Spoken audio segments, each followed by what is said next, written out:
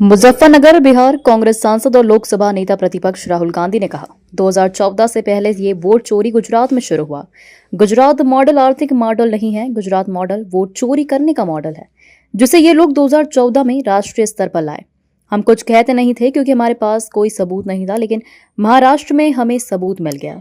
लोकसभा में हमारा गठबंधन जीतता है, लेकिन 4 महीने बाद विधानसभा चुनाव में हमारा गठबंधन जमीन पर दिखता ही नहीं है। चुनाव आयोग ने लाखों करोड़ों वोट जोड़े, वो सारे के सारे मत भाजपा के खाते में जाते हैं और उन मतों से भाजपा चुनाव जीतती है। इलेक्शन आता है, ओपिनियन पोल आते हैं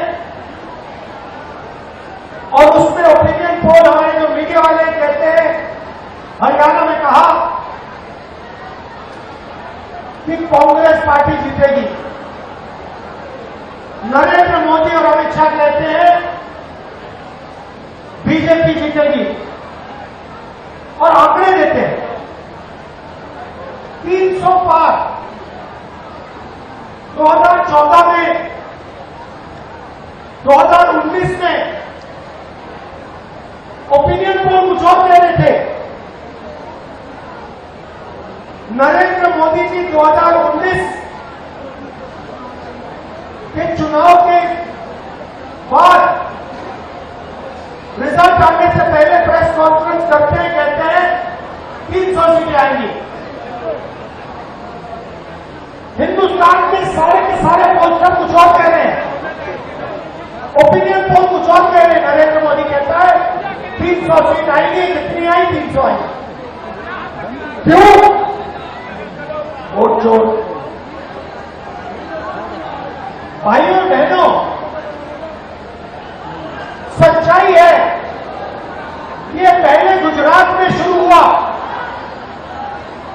ये 2014 से पहले गुजरात में शुरू हुआ और 2014 में नेशनल लेवल पे ये लोग इसको लाए।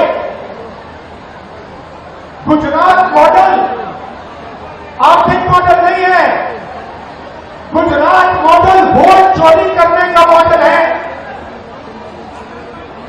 और इस मॉडल को ये 2014 में नेशनल लेवल पे लाए। आप देखिए, मध्य प्रदेश का चुनाव चोरी किया, हरियाणा का किया, महाराष्ट्र का किया। हम कुछ बोलते नहीं थे क्योंकि सबूत नहीं था, मगर महाराष्ट्र में सबूत मिल गया। इन्होंने कुछ ज्यादा कर दिया। लोकसभा में हमारा गठबंधन जीतता है, 4 महीने बाद असेंबली इलेक्शन होता है, हमारे गठबंधन जमीन पर दिखता ही नहीं है। मतलब फर्क क्या था? फर्क था कि लोकसभा में जितने वोट हमें मिले उतने ही हमें विधानसभा में मिले। इलेक्शन कमीशन ने लाखों वोट छोड़े, तकरीबन 1 करोड़ वोट लोकसभा के बाद छोड़े। वो सारे के सारे वोट बीजेपी के खाते में जाते हैं और उन वोटों से बीजेपी चुनाव जीतती है।